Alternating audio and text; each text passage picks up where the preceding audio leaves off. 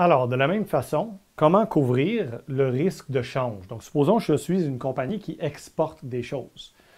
Je suis une compagnie qui exporte vers les États-Unis et le client américain me dit que je vais recevoir, c'est-à-dire il va me payer dans 6 mois, 1 an, donc dans le futur, tant de USD. OK? Tant de USD. Donc, autant T plus 1, je vais recevoir 95 millions de USD. Je vais juste écrire 95 USD, vous comprenez que c'est des millions de dollars. OK?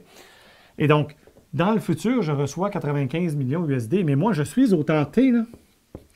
Les 95 millions USD en ce moment, 95 USD en ce moment, peut-être que ça vaut, on va dire, 100 millions CAD, par exemple. Okay? Ça n'a pas vraiment d'importance, le prix. Donc, si en T plus 1, ça vaut encore 100 millions CAD, je suis correct, mais disons que moi, j'ai besoin de ça. Je veux ça. Et supposons que quand j'arrive dans le futur, donc le 95 millions USD que je vais bel et bien recevoir, il va, rendu à ce point-là, valoir seulement, je ne sais pas moi, 95 millions CAD, par exemple, parce que le USD se déprécie de là à là.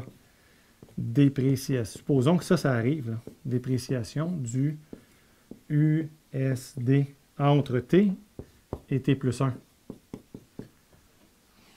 Et donc, le même montant en USD vaut soudainement moins en CAD, n'est-ce pas, comme vous voyez ici.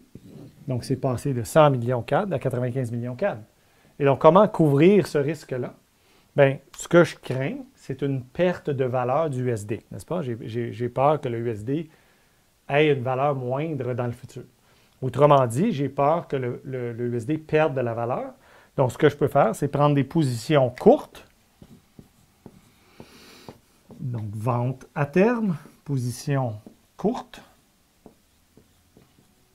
sur USD. Sur USD. OK, sur USD. Et donc, si le USD perd de la valeur, bien, je vais perdre ici, mais je vais gagner dans mon marché à terme. Et donc, ça va neutraliser la perte. OK? Et donc, le meilleur cas, évidemment, ce n'est pas toujours idéal à ce point-là, mais je peux m'organiser pour recevoir exactement 100 millions dans le futur. 100 millions 4 là, dans le futur, c'est-à-dire que je vais trouver une contrepartie qui accepte maintenant au temps T de me vendre 95 millions USD, de m'acheter, pardon, moi je vais lui vendre 95 millions USD que je vais recevoir de mon client, n'est-ce pas? 95 millions USD, à quel prix? À un prix de 100 millions CAD.